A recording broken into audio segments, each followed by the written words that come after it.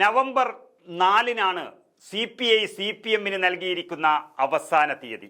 അന്നോ അതിനു മുൻപോ PM ശ്രീ പദ്ധതി ധാരണയിൽ നിന്നും പിന്മാറിയില്ല എങ്കിൽ അന്ന് ഗുഡ് ബൈ പറയുമെന്നുള്ളതാണ് CPI നൽകിയിരിക്കുന്ന അന്ത്യശാസനം.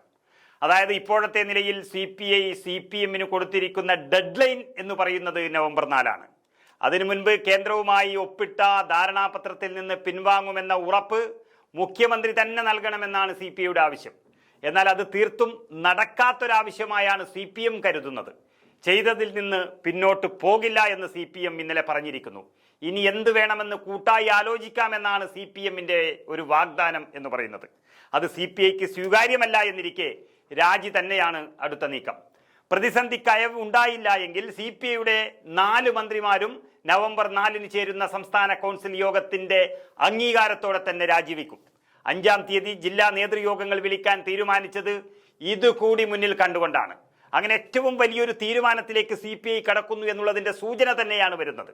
തദ്ദേശ തെരഞ്ഞെടുപ്പ് അതേ ദിവസം പ്രഖ്യാപിക്കാനാണ് സാധ്യത. നവംബർ 5-ാം തീയതി തദ്ദേശ തെരഞ്ഞെടുപ്പ് പ്രഖ്യാപിക്കുമെന്ന് ഏകദേശ ധാരണയായിട്ടുണ്ട്. അങ്ങനെ തെരഞ്ഞെടുപ്പ് ചൂണ്ടിക്കാട്ടി കൂച്ചു വിലങ്ങിടാൻ നോക്കേണ്ട എന്നൊരു സന്ദേശം കൂടിയാണ് ഈ തീരുമാനത്തിലൂടെ CPI നൽകിയിരിക്കുന്നത്. CPI-ക്ക് ബോധ്യമായ തിരുത്തലിന് CPM തയ്യാറായില്ല എങ്കിൽ മന്ത്രിസഭാ യോഗങ്ങളിൽ നിന്ന് വിട്ടുനിൽക്കാൻ തീരുമാനിച്ചത് പ്രകാരം ആദ്യപടി എന്ന് അത് നടപ്പിലാക്കുകയാണ്. അതോടുകൂടി ഈ മന്ത്രിസഭയുടെ എല്ലാ ക്രെഡിബിലിറ്റിയും നഷ്ടപ്പെടുകയാണ് യഥാർത്ഥത്തിൽ. നാളെ അങ്ങനെ മന്ത്രിസഭാ യോഗം ചേരുമ്പോൾ പ്രാബല്യത്തിൽ വരുന്ന തീരുമാനമായതുകൊണ്ട് മുൻകൂട്ടി പ്രഖ്യാപിക്കാതെ തന്നെ നാളെ മന്ത്രിമാർ വിട്ടുനിൽക്കാൻ പോവുകയാണ്. ക്യാബിനറ്റിൽ നിന്ന് വിട്ടുനിൽക്കുമെന്ന ഭീഷണി പരസ്യമായി മുഴക്കുന്നത് മുന്നണി മര്യാദയ്ക്ക് ചേരുന്നതല്ല എന്ന് വിശ്വസിക്കുന്ന CPI മന്ത്രിസഭാ യോഗത്തിൽ പങ്കെടുക്കാതെ ഞെട്ടിക്കാനാണ് ഇപ്പോൾ തീരുമാനിച്ചിരിക്കുന്നത്.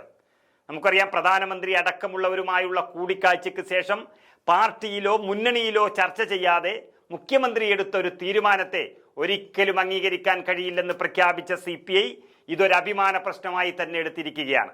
പ്രതിപക്ഷം ഉന്നയിക്കുന്ന BJP CPM അന്തർധാര LDF-ലെ 2ാമത്തെ സഖ്യകക്ഷിയും തിരിച്ചറിഞ്ഞു എന്നുള്ളത് ഈ മുന്നണിയെ സംബന്ധിച്ച് ഗുരുതര വിഫൽ സൂചന തന്നെയാണ് നൽകുന്നത്. മാത്രമല്ല, അത് വരാനിരിക്കുന്ന തെരഞ്ഞെടുപ്പുകളിൽ വലിയ തോൽവിയാണ് LDF-ന് ഉറപ്പിക്കുന്നത്. തലയിൽ മുണ്ടിട്ടുപോയി ധാരണാപത്രത്തിൽ ഒപ്പിടാനുള്ള എല്ലാ നടപടിക്രമങ്ങളും ചെയ്തിട്ടും അത് മറച്ചുവെച്ച ഒരു മന്ത്രിസഭാ യോഗത്തിൽ പോയി എന്തിനിരിക്കണമെന്ന ചോദ്യമാണ് CPI മന്ത്രിമാർ തന്നെ ഉന്നയിച്ചിരിക്കുന്നത്. അവർക്ക് ആ പദവി ആവശ്യമില്ല എന്ന് പ്രഖ്യാപിച്ചു കഴിഞ്ഞു. 22-ാം തീയതിയിലെ യോഗത്തിൽ വിഷയമുന്നയിച്ചപ്പോൾ മുഖ്യമന്ത്രിയോ വിദ്യാഭ്യാസ മന്ത്രിയോ ഒരു പ്രതികരണവും നടത്താത്തതോടെ ആശങ്ക വേണ്ട എന്നാണ് മന്ത്രിമാർ ധരിച്ചത്.